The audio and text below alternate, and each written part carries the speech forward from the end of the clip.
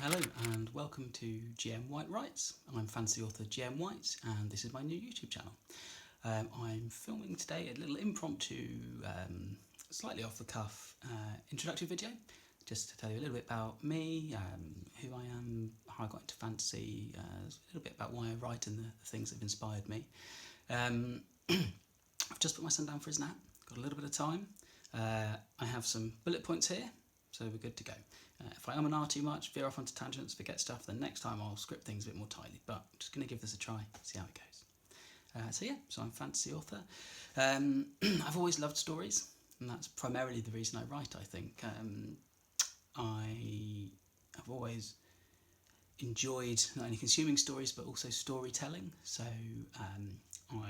as well as writing, I've had a brief acting career, not a terribly successful one, I will admit, but I had a go. As well as I've been in bands most of my life, so I've enjoyed storytelling through the medium of music, and all that is rooted in, I suppose, being read to when I was younger, very much enjoying books, going through school. Although, funnily enough, I was actually slightly late to read because I memorised all of my storybooks at home. So as far as I was concerned, when I'm reading, I'm just moving my finger along the page and I'm telling the story, and what do you want?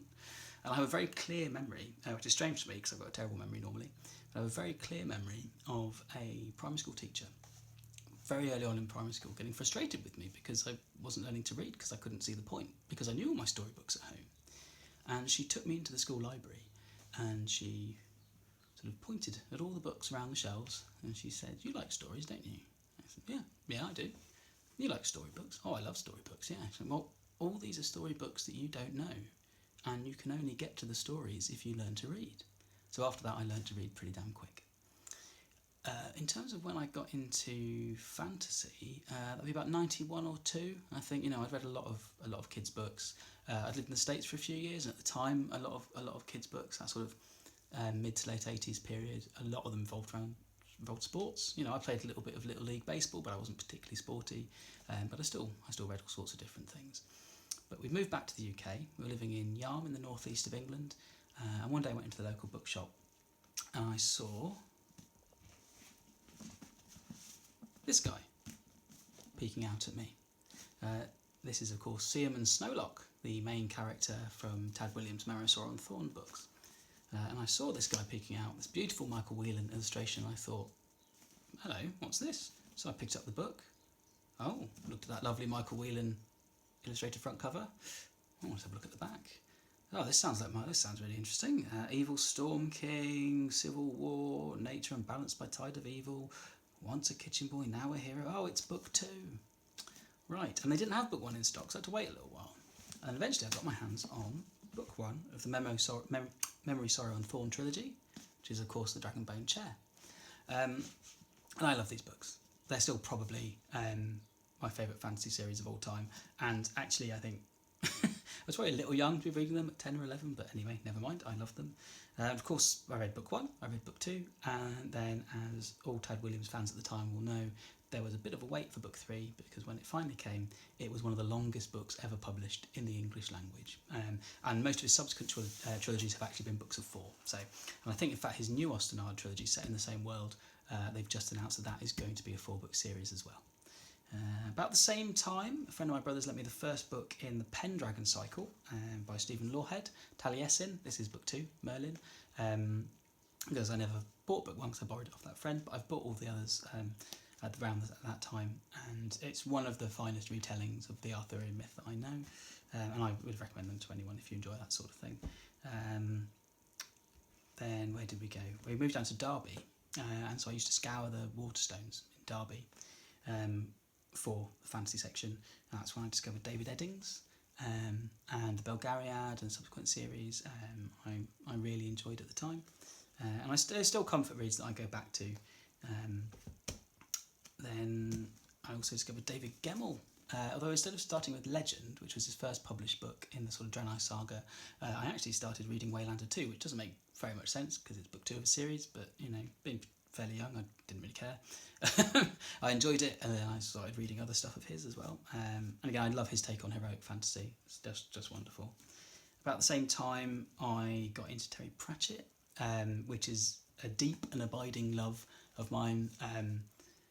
Both Terry Pratchett and Douglas Adams I got into at the same time, although I couldn't find my copy of Hitchhiker's Guide trilogy in 5 parts anywhere. But yeah, I've got all the Terry Pratchett books and they've been read and reread many times. I love his use of language. Some people might just say they're funny fantasy, but actually, you know, I would say Pratchett is probably the finest English language satirist since Swift, so, you know, worth a read. At the same time, I started reading Robin Hobb, Assassin's Apprentice. Picked up that series, and again, I've read all the subsequent Realm of the Elderlings books and love them. They're just incredible. It's just such a wide-ranging, deeply characterised series. I just would recommend to anyone. At the same time, I also took advantage of the school library, where I discovered it was Susan Cooper's Dark is Rising sequence. I read and reread those books again and again and again. Tamara Pierce, Song of the Lioness series. I got those out of my local library and read and reread and reread and reread them. At the same time, I was sort of being steeped in these sorts of fantasy books. I also have been and remain a big fan of the sort of adventure films that were popular when I was younger. So, and still popular now, most of them. So Star Wars, the original trilogy, we had those recorded onto Betamax. If anyone remembers what that is, and used to watch those again and again and again. The Indiana Jones films, loved those, and in fact got to see Indiana Jones 3 at the cinema, which was a big treat at the time. The Back to the Future trilogy, loved those films, and stuff like the Princess Bride, you know, those sorts of fun adventure films. And so I don't think it's any surprise when I started to write that what I wrote was not only fantasy, but a sort of fun adventure story. Lots of swashbuckling and sword fights and political machinations and all that sort of thing, but at its heart still has a vein of humour running through it as well. So if you enjoy the books I've just mentioned, you might very well enjoy my work as well, or at least there's enough of a common thread going through it that I think you would. My next video, I'm going to talk a little bit about my own book, The Swordsman's Lament, and what I'd like to do with this series of videos is not just talk about my own work, but about writing more generally. So if you've got any questions about my work, about writing at all, then just let me know and I'll try and address them in future videos. So you can reach out to me on social media. My handle, as the kids say, is the same across Facebook, Instagram and Twitter. It's at gmwhitewrites. My website is gmwhite.co.uk, and you can always drop me an email, info@gmwhite.co.uk. So that's it for now. I'll see you next time. Thanks for watching.